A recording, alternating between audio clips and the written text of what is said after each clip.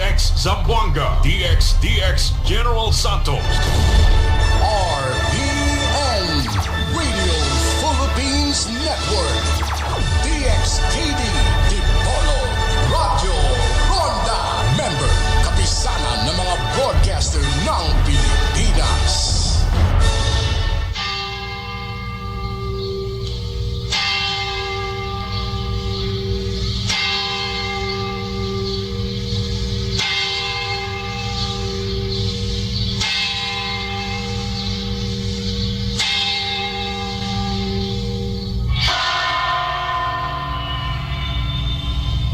The angel of the Lord declared unto Mary, and she conceived by the Holy Spirit. Hail Mary, full of grace, the Lord is with thee. Blessed art thou among women, and blessed is the fruit of thy womb, Jesus. Holy Mary, Mother of God, pray for us sinners, now and at the hour of death. Amen. Behold the handmaid of the Lord. Be it done to me according to your word. Hail Mary, full of grace, the Lord is with thee. Blessed art thou among women, and blessed is the fruit of thy womb, Jesus. Holy Mary, Mother of God, pray for us sinners, now and at the hour of death. Amen. And the Word was made flesh, and dwelt amongst us. Hail Mary, full of grace, the Lord is with thee. Blessed art thou among women, and blessed is the fruit of thy womb, Jesus. Holy Mary, Mother of God, pray for us sinners, now and at the hour of death. Amen. Pray for us, O Holy Mother of God, that we may be made worthy of the promises of Christ. Pour forth, we beseech you, O Lord, your grace into our hearts, that we, to whom the incarnation of Christ, your Son, was made known by the message of an angel, may by his passion and cross be brought to the glory of his resurrection, through the same Christ our Lord. Amen.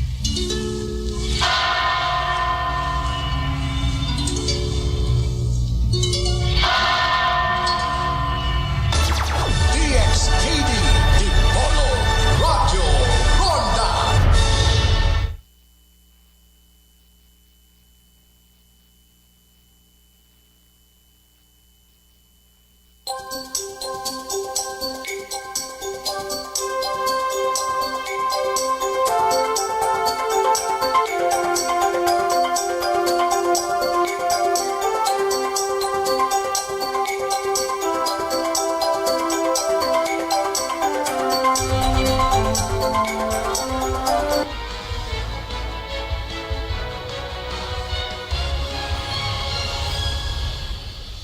This is Newsnight, where we go above and beyond the headlines. I'm Pia Ontiveros. Tonight on the program, PAGASA sees Tropical Depression Gardo weakening as soon as it interacts with Super Typhoon Hinamno, which may enter the country's weather monitoring area anytime tonight.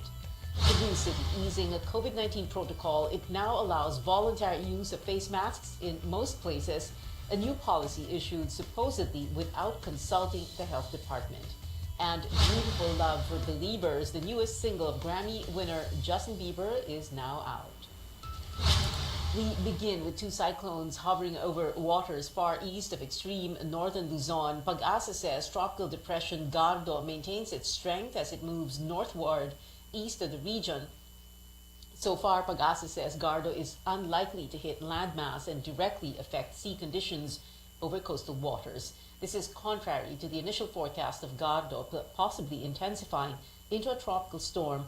PAGASA now says the tropical depression might weaken into a low-pressure area tonight or tomorrow morning as it interacts with Super Typhoon Hinamno. The Super Typhoon Niwad is expected to enter the country's weather monitoring area anytime tonight between 6 to 8 o'clock. Once it does, it will be called Henry, third cyclone for the month. We'll have more on PAGASA's full forecast later on in the program. Batanes, the country's northernmost island province, is bracing for the effects of both Tropical Storm Gardo and Super Typhoon Hinamno. Batanes Governor Marilu Caico told CNN Philippines she already tasked provincial disaster management officials to help and inform people to secure their homes and other properties and to make sure preventive measures are in place. Caico said the local government has also advised fishermen and farmers to prepare. Huwag nang pumalaot at itali na rin sa ligtas na lugar ang kanilang mga bangka. At mga farmers din, remind din namin sila na ilagay sa lugar ang kanilang mga alagang hayop sa safe na lugar at anihin na kung mayroon na silang anihin na mga gulay or root crops para hindi masira ng bagyo. The governor says social welfare officials have prepared relief packs. Meantime, Cagayan, a province in the northern tip of Luzon, also hunkering down for the two cyclones. Stanley Gahete joins us live from Cagayan. Stanley, what is the situation like there now? Pia, despite the improbability that Tropical Depression Gardo and Super Typhoon Hinamnor will make landfall,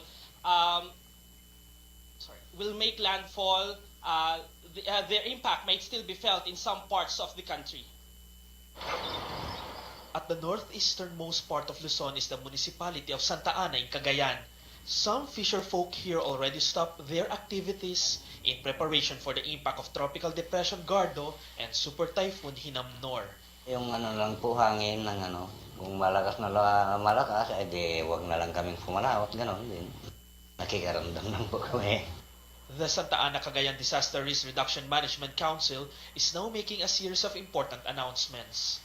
Together with the PNP, sir, nagkakanda kami ng uplan tambuli na may parating na bagyo. Mag-announce kami sa para barangay, mga low-lying areas na winawarningan namin sila na maghanda kasi nga may parating na bagyo. In Garay City, local officials and residents are preparing for possible disaster just 1 week after Typhoon Florita stormed the region.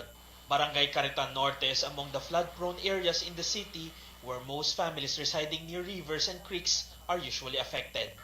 Some residents have already transferred their valued possessions to higher portions of their houses in anticipation of flooding. Siyempre takot po sa kasi yung tubig po nasa na po namin hagdan, kaya naglikas po kami diyan, sir, nung para sa safety, baka biglaang tumaas pa. Officials are now ready to distribute medicines and first aid kits along with relief goods. Nagrurubing kami, nagraround kami kung sino talaga yung affected families. Meanwhile, the Magat Dam water elevation is at 187.3 meters as of 2 p.m., just a few meters before reaching its spilling level at 190 meters. Wala pa naman tayong reason para magbukas pa ng gate natin. Kung makikita natin na kung nasa almost 188 na tayo, at makikita natin na malakas yung rainfall, ay magkuha na tayo, preemptive release na tayo. Hindi na natin hihintayin yung 190. The Cagayan River is likely to swell once the gate of Magat Dam opens. The Disaster Risk Reduction Management Council of Region 2 is preparing for 2 typhoons that could possibly bring rains and extreme flooding in Cagayan Valley. The weather situation here in Cagayan Valley is relatively fine, but local officials and residents who are used to these scenarios have prepared for any eventuality. And that's the latest here in Cagayan. Back to you, Pia. Stanley Gahete there reporting. Well, back here in the National Capital Region, the Metro Manila Development Authority says its traffic enforcers will ramp up efforts against erring drivers on the ground as it abides by a Supreme Court temporary stoppage of the No Contact Apprehension Policy, or NCAP. The MMDA says it will continue on-the-ground apprehension and assign enforcers to areas with security cameras. These areas include EDSA, Commonwealth, Quezon Avenue, Rojas Boulevard, C5, and Macapagal Boulevard. The MMDA explains the NCAP suspension began Tuesday afternoon when it received the court notice. Court order has no retroactive effect, which means fines and apprehensions that took place before the state order are valid. Sana po ma-maintain natin yung driver discipline even in the light of the suspension of the no contact apprehension policy dahil para naman po sa ating lahat ito, para po mapabilis ang daloy ng trapiko, para po safe ang ating mga motorista. Since the MMDA is not a respondent in the case, the agency says it will consult the Office of the Solicitor General for advice whether or not to join in the petition. The MMDA registered around 107,000 apprehensions from January until August 24th under the now suspended traffic policy. Common violations were disregarding traffic signs, the number coding scheme, and loading and unloading of passengers.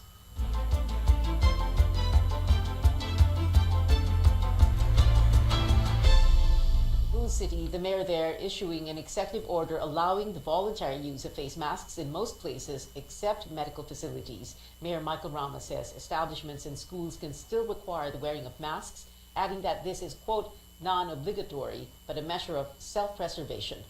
Rama adds they informed the Interior Department of the new policy.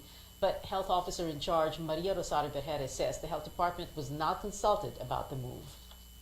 Hindi po pwede na may isang lugar sa ating bansa na nagpapatupad ng kanilang protocol samantalang the rest of the country are implementing the other side of the protocols or magkaiba. We know that people all over the country travels to and fro these different areas of the country. And we know that COVID-19 crosses borders. So if we are preventing the infections in most of the areas in the country, and one area in the country will not have that kind of safeguard, and therefore the possibility or the risk of infections would be higher in this area because the safeguards are not there. Neighboring Mandaue City also plans to ease face masks rules, especially in open spaces. Mayor Jonas Cortez's Executive Secretary Edu Ibanez says Cortez will recommend amending the local ordinance and face masks to the Mandaue City Council. Last June, Cebu Province lifted the face mask mandate in well-ventilated and open spaces.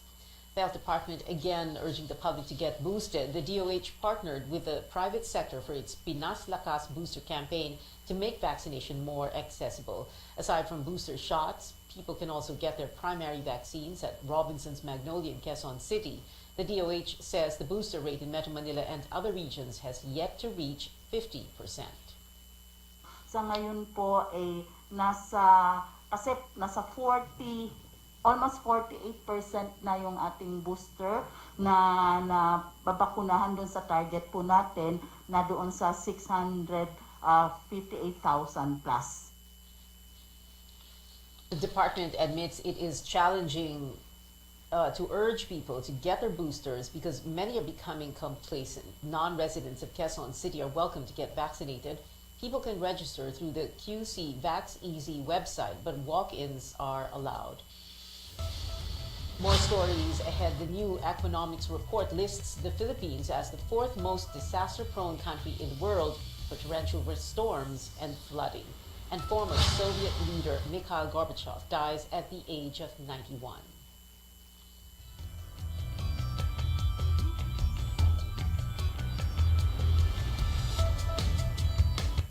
It can be dangerous out there. Buti na lang there's locally superfruits. Para sa akin, super nutritious, super delicious. All superfruits contain more antioxidants than your average fruit. Superfruit for a super you. Got to get down, never enough. Never touch ground, never enough. Got me feeling good. Vibes. Everything's good vibes, good vibes. RPN Radio Philippines Network. DXTV Dipolo Radio Ronda.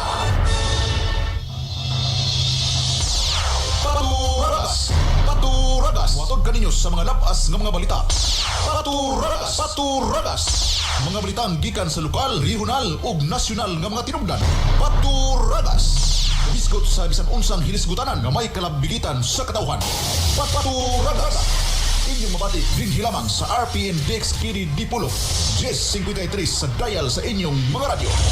Ang tulumanong Paturadas, inyong mabati matag alas 9 sa buntag, Lunes hangtod Biyernes. Sayri ang lungsod. Sayri ang lungsod. Atangi, paminawa og sunda kanunay matag adlawng Domingo, alas 9 ngadto sa alas 11 ang taknas sa kabuntagon ang inyo og atong tulumanon. Sayri ang lungsod. Kini gidalit kaninyo ning si Bianang RP Index Kini Dipolo. Sayri ang lungsod. Dinhi inyong madungog ang paghimay sa mga nagunang isyu ug hisgutan. May kalabot ang katilingban. Matag adlawng Domingo, alas 9 ngadto sa alas 11 ang taknas sa kabuntagon. Sayri ang lungsod. Atangi. Kalandraka. Tulumanon nga kulbahinam sa mga suking tigpaminaw, mga tigmo nga nagtangag sa premyong makalingaw. Kalandrakas, musabwag-usab sa mga impormasyon nga may kalambigitan sa kalambuan o kayuhan sa katawhan. Mualagad kaninyo, Kalandrakas. Inyong mabati, Welcome back to CNN Philippines. Back to our top story. Pag-asa keeping track of two cyclones. Tropical depression Gardo maintaining its strength but is set to weaken into a low-pressure area tonight or early tomorrow as it begins to merge with super typhoon Hinamno. Weather Bureau Pag-asa forecasts cloudy skies with scattered rain showers and thunderstorms here in Metro Manila, the Calabarzon region, Mimaropa, Bicol region, Ilocos, the Cordilleras, Batanes, Zambales, and Bataan. Hinamno has yet to obtain a local name, Henry, anytime from 6 to 8 p.m. Pag-asa said signal number 3 may be raised over extreme northern Luzon within this period. People in affected areas may see strong winds and waves. A new study shows floods and other water-related disasters could cost the Philippines over 6.96 trillion pesos or $124 billion in losses in less than 30 years. Global professional services company GHD released its Economics report, which ranked the Philippines as the 4th most affected country in terms of water-related calamities. The report says the agriculture sector stands to lose the most. The study recommended carrying out flood studies and building infrastructure out of flood zones, but it acknowledged the challenge of doing so in densely populated areas. The Agriculture Department sounds the alarm over the low supply of salt and some vegetables. As Lois Calderon tells us, the shortfall in produce highlights the country's dependence on imports. Onions, garlic, salt. They're your key spices when you saute, and even when you make your salad. But the government says they've become scarce.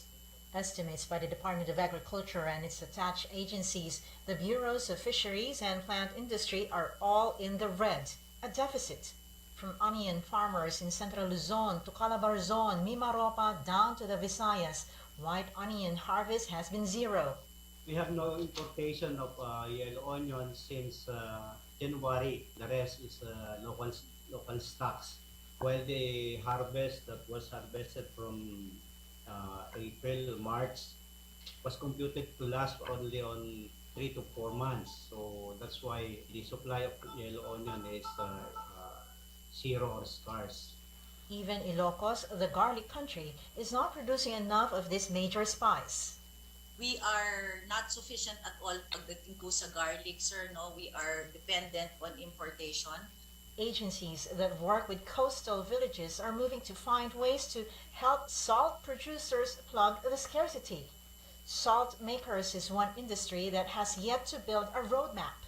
As far as local production is concerned, admittedly, we have not produced enough. Some fast food chains have already substituted other vegetables for white onions.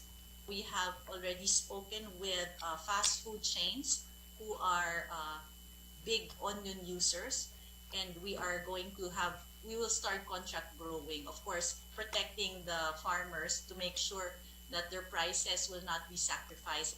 Lawmakers also want to get to the bottom of the chicken and egg story. Data show there are enough, but egg prices have doubled in recent weeks to as much as 10 pesos in supermarkets. Kamote is back too after at least one kamote chips maker recently flagged supply shortage. There's enough rice, fish, and pork too, but the stock is buffered by imports. A sad reminder of the Philippines' dependence on food importation and of the decades-old neglect of its agriculture sector. Lawmakers have no prosecution powers, but they have the power of the purse, dictating how much money will go to food and agriculture. Lois Calderon, CNN Philippines. A network of digital advocates is asking the National Privacy Commission to investigate alarming spam texts that now have the names of recipients. Digital Pinoys are worried how unknown senders have gotten hold of receivers' identities in what seem like personalized spam texts. The message is inviting the recipients to click a link which will be redirected to an online gambling site. The group adds the NPC should immediately investigate and seek prosecution if there are cohorts based locally and whether local companies collecting personal information are selling data to third parties. For its part, the NTC ordered the country's 3 mobile network providers to blast warnings against these new forms of spam messages. In a statement, Globe Telecom said it is bent on putting a stop to these activities, and it has already blocked nearly 800 million scam and spam messages from January to the end of July. The Tourism Department and its attached agencies are seeking a budget of nearly 3.6 billion pesos for next year. That's higher than the budget allocated for the DOT this year, which is 2.74 billion. The DOT plans to launch more tourism initiatives, such as building one-stop shops for travelers. These areas will have clean restrooms as well as personnel who could help tourists manage their accommodations, travel information, and security. We are breaking ground on 10 tourist serviced rest areas, 2 in Luzon, 4 in Visayas, and 2 in Mindanao. If you're a tourist traveling across the country from one destination to the next, one of the most basic necessities is a clean restroom. And yet, it is barely available. And that is why we see this as a very important project that will enhance the overall tourist experience. The DOT also plans to launch the Bisita Be My Guest program, or BBM Guest, where Filipinos living overseas can win prizes by bringing tourists to the country. Through the BBM Guest program, we will be offering raffle prizes to those that bring guests into the Philippines. We will be providing them with a travel passport that they can use to go across key destinations, get stamps, and claim a prize at the airport. And this will also give them a privilege card that would provide them with discounts in accredited establishments across the country. And the DOT will roll out an app connecting tourists to accommodation sites, accredited tour operators, and transportation providers. Frasco says the Life Cycle app will also help the DOT determine how long tourists stay in an area and how much they spend. The Philippine National Oil Company appealing to Congress for a revolving fund so it can provide fuel discounts in case of volatile prices. PNOC President and CEO Jesus Posada says the state-owned company has a one-time budget of 2.5 billion pesos for targeted fuel relief subsidy.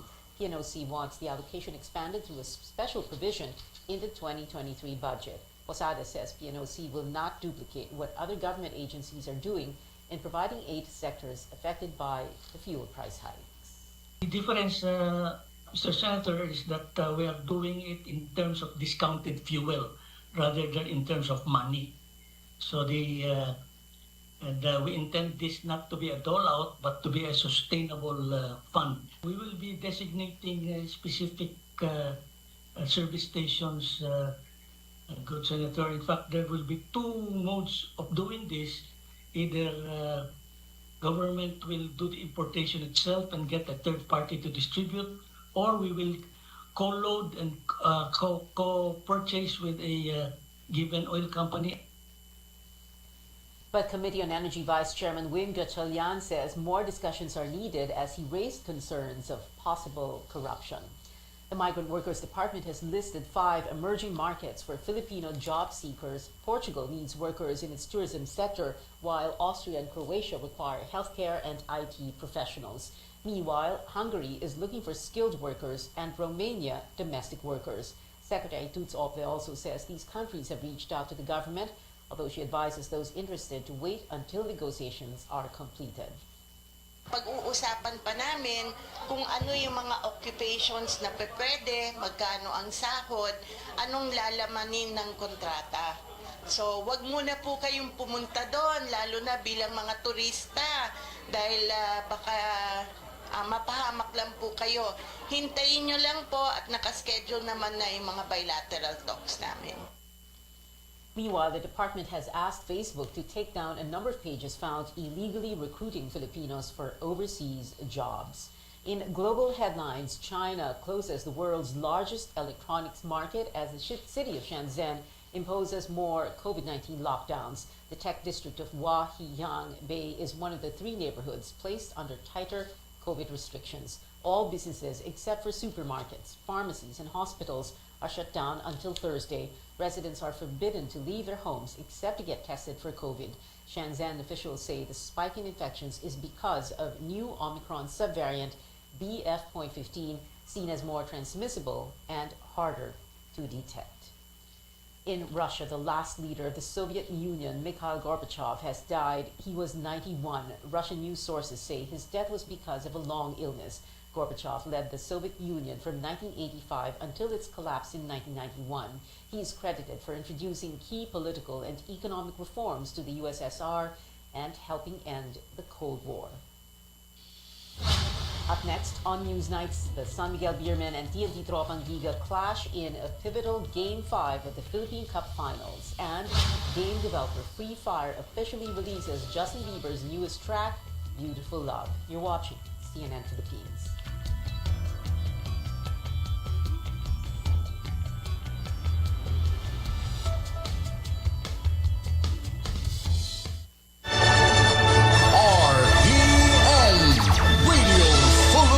Network, DXTV, Dipolo, Radyo Ronda.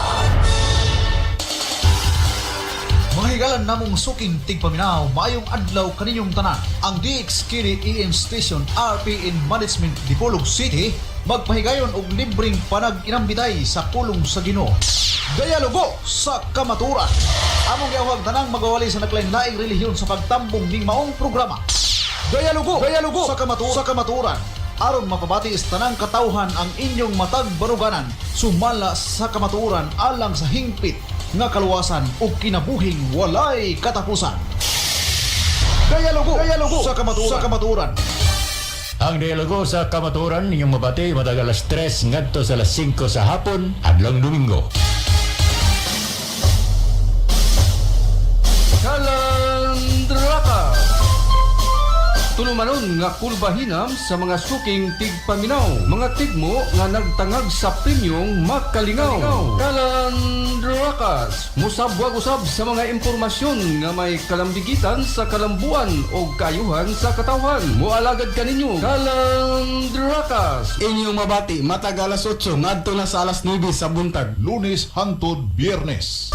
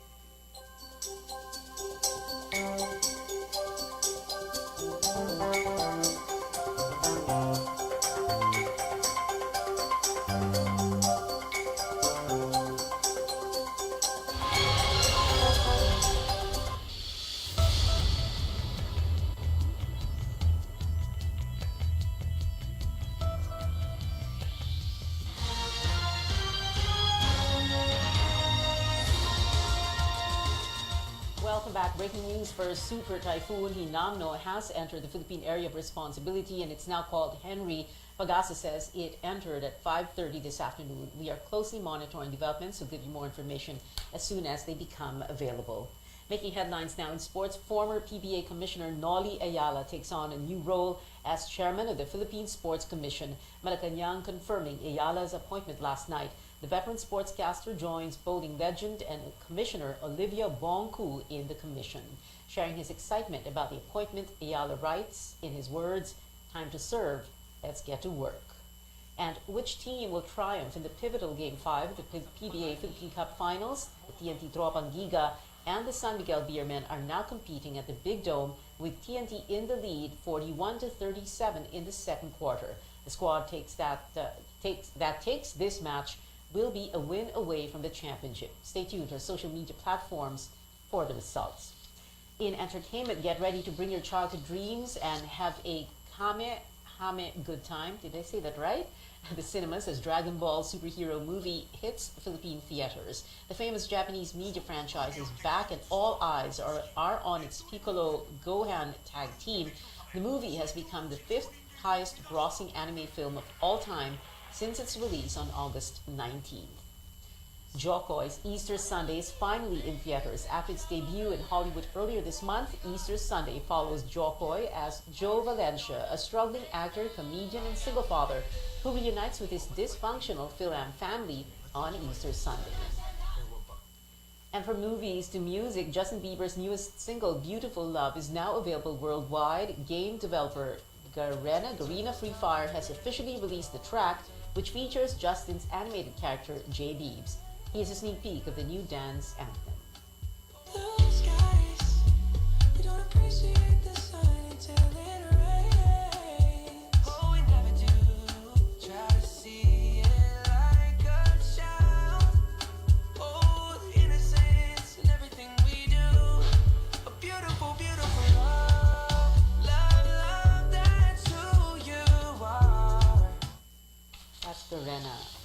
That is it for tonight. Join me again on News.ph at 7 p.m.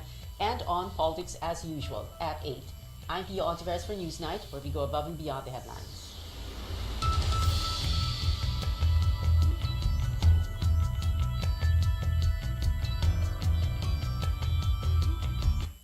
This program is brought to you by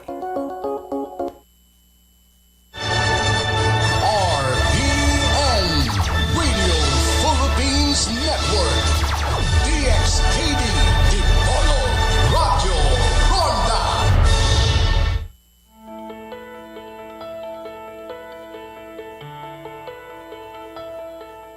There's a popular saying that goes, confidence is the most powerful thing that you can wear. When you feel good about your abilities, trust your own judgment, and accept who you are, you can be your happiest and healthiest self. But self-confidence is something we all can use a little help with. On the program today, we'll talk more about the impact it can have in our lives and practical as well as effective tips in order to boost someone's self-confidence. I'm Dr. Freddy Gomez, and welcome to Mental Health Talk on CNN Philippines.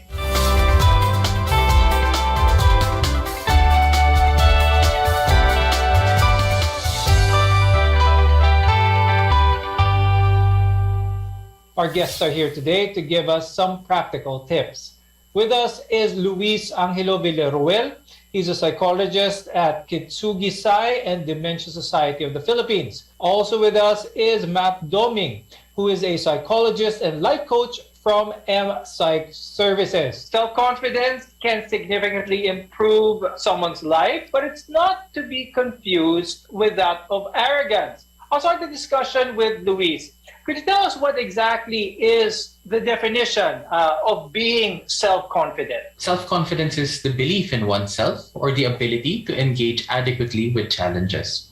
Appropriate self-confidence requires a realistic sense of feeling secure in one's capabilities. We all need some help in developing this because actually self-confidence is not something we're born with innately. It's something that we develop for ourselves, and it's something that's highly connected with self-esteem, which is the valuation of our own worth. Now, Luis, let's talk about what goes on in the body of someone physiologically, the brain chemicals involved whenever someone has that good self-confidence. Could you talk a little bit more about that? Self-confidence is related mostly to two neurotransmitters, namely dopamine and serotonin. So, as we know, serotonin is the happy hormone, and studies show that high serotonin activity is positively correlated with less anxiety and more confidence. So it's more about how serotonin actually boosts and gives us a greater feeling of confidence. For dopamine, this is more to feel more pleasure. Coach Matt, when it comes to self-confidence, how exactly can having self-confidence improve someone? It involves about being true to yourself. Being honest with what you feel, how your attitude in life, no? It has something to do with knowing your strengths and weaknesses. So in that case, you know where you are good at and where you are not good at. So kumbaga, it's both knowing your talents and skills and at the same time your personal limitation. It may be often overlap, self-confidence and self-esteem. Pareho lang ba itong dalawa, or is there a difference between self-esteem and self-confidence? They are really very much interrelated. And I really think that self-confidence is the effect of how we value ourselves, which is in that case called self-esteem. Self-confidence is believe sa sarili eh. Like you're confident that you can do this thing or cannot do this thing. But self-esteem has something to do with how much you value yourself.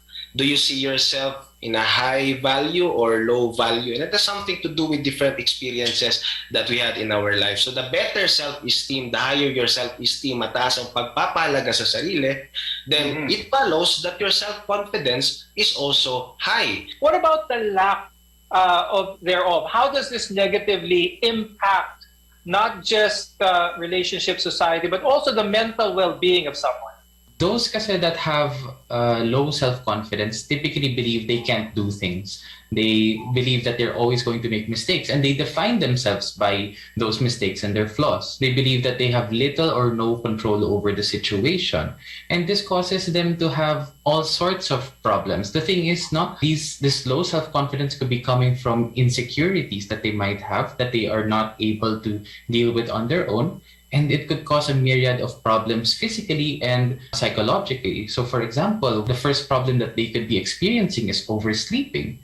Because tayo naman, pagka na-overwhelmed tayo, di ba? Minsan natutulog na lang tayo para we get to rest and rejuvenate. However, worst case scenario for someone with low confidence is baka mag-spiral sila in a way na, sige, matutulog muna ako. Then pagising, they still believe that they can't handle the task, pero may madadagdag na task ulit. And then matutulog and repeat, and it gets harder and harder for them to break that cycle. Is it possible that someone has gone through most of their life with having low self-confidence, pero hindi nila actually nare-realize ito? There is one thing that we are really bad at, no? For most of us, and that is knowing ourselves. And sometimes we are not even familiar about the things that we need to improve in ourselves, which includes having low self-confidence. And when we talk about having low self-confidence, it has something to do with our experiences in life, especially when we were kids, when we were growing up. Maybe we had experiences with people criticizing us more than praising us, or maybe for some people hindi talaga na na-experience yung ma-praise eh. Yung lagi na lang silang napupuna. And at some point, they live through life, nakasanayan nila na, yeah, I'm shy, I don't really interact with people that well, I don't believe in myself. And for some of them, they think that that's normal. And we know for sure that we are alive, we can still develop ourselves. And we need to develop ourselves. That's why we have, therapy, we have life coaching and all those things to improve ourselves. But of course, for some people, they are not aware that these things really needs improvement. Now, a lack of self-confidence brings about negativity as well as doubt, and this can impact our physical health. More on this when we return. We're your partner in healthcare. You're watching MedTalk Health Talk.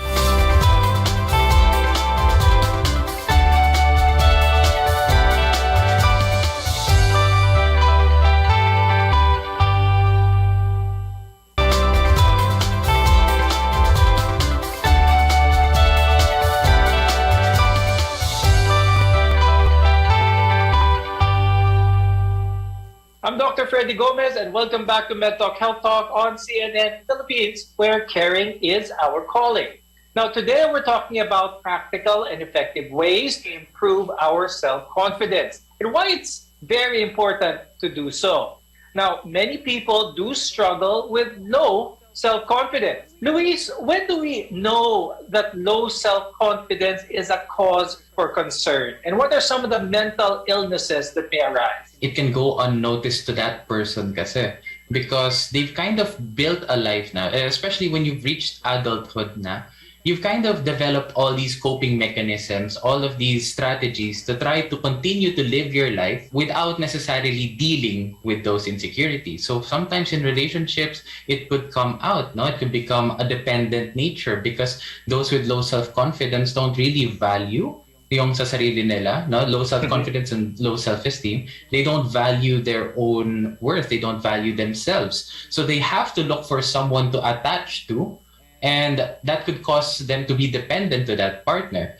No? Sometimes this also leads into the lack of self-care, no? Not establishing boundaries for oneself, yung parating nag-yes lang ng yes dahil kasi natatakot sila na if they reject a friend or if they say no to someone, baka hindi na sila aayain ulit and they'll be left alone, which is what they don't want to be, no? Because they cannot, they have this difficulty of being alone. In our everyday life, we come across challenges and obstacles.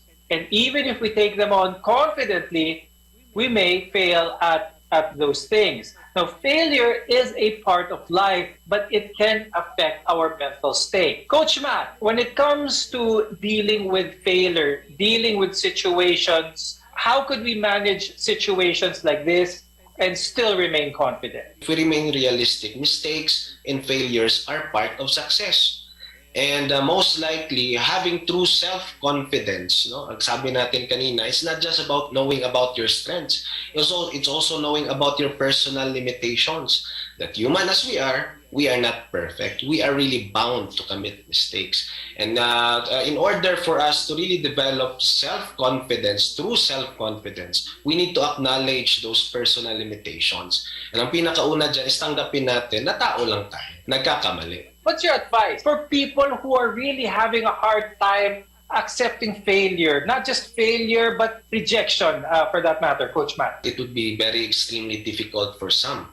Especially kapag merong mga social anxiety, no? Especially kapag merong mga mental disorders, that would really be very hard. And it's not just as easy as telling them, just tanggapin mo na yan at bumangon ka na, no? Just move on. And it's really hard. Sometimes it would be helpful to grieve on the process. Like, for example, you failed in a board exam. It's not easy, especially if your family is expecting too much of you. Sometimes you need to grieve, you need to cry over it. No, if you have a friend, if may mga kaibigan kang handang makinig sa'yo, tell them about how hurtful that experience was, no?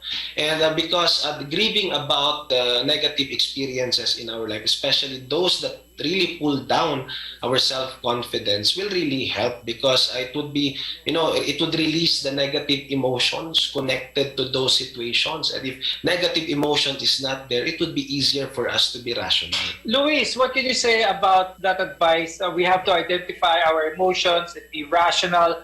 But what about those whenever they feel that trigger? Sort of, kumbaga, shut down ang pinag-uusapan doon where all form of reason is lost. What kind of tips can you give the loved ones of people like that or even that person themselves? So whether that be family, that be friends, a significant other, basta social support niya, what they can mostly that they can only do at some points kasi is to continuously offer their support.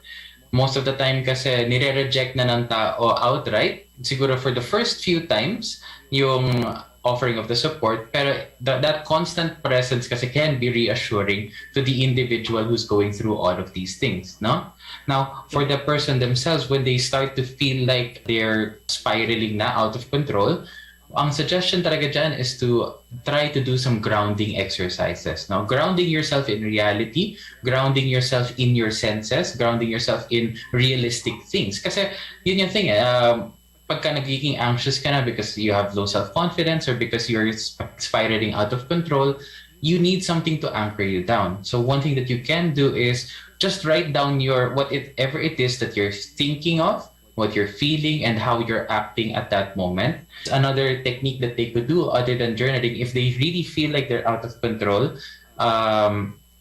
we can actually call it yung mammalian dive reflex. So kahit just splashing water on your face and really with cold water to slow down your heart rate, to slow down your thoughts, to slow down everything about you muna so you can get to that more relaxed position. And then you can count things with your 5 senses. So for example, 5 things that you can see around the room. What are their properties that you can see? Things that you can smell, things that you can hear, things that you can touch, and maybe even taste. Once you try to activate these 5 senses, kasi it helps you ground yourself into real things, no? Not just whatever's running wild in your head. What are the effective ways to boost your self-confidence? More on this when we return. Your health is our mission here on Let's Talk Health Talk. We'll be right back.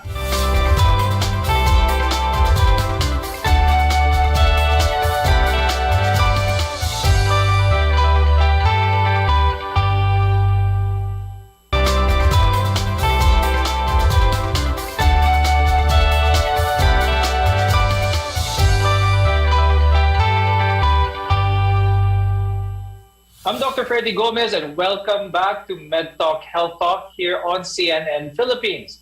You can do so much with the proper self-confidence, but building it takes practice.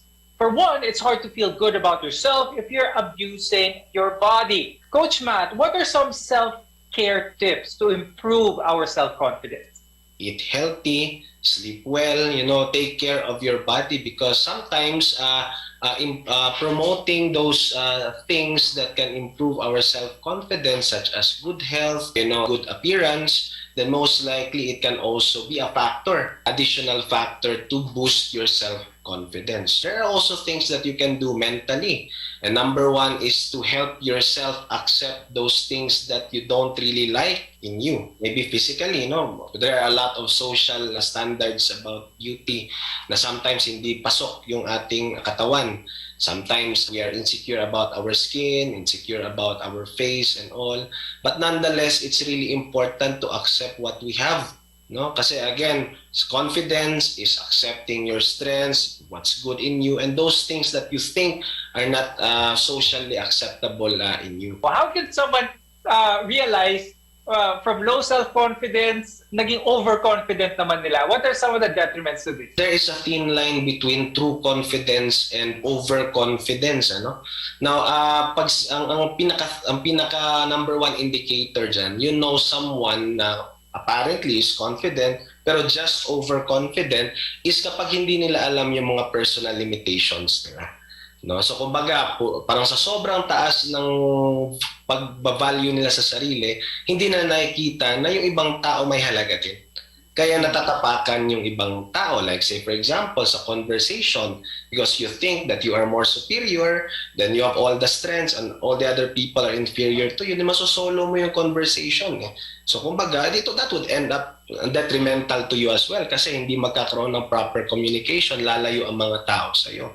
Or for example, sa trabaho, like sinosolo mo lahat ng spotlight na hindi mo na nabibigyan ng proper opportunities yung colleagues mo, or sometimes natatapakan mo na rin yung boss mo, then most likely that would create conflict and that would create some bad effects in your career. Luis, when it comes to trying to boost someone's self-confidence, one of the things that is done quite frequently, people are aware it or not, is that they compare themselves with others. Yun yung nagiging basis nila. What can you say about this, Luis?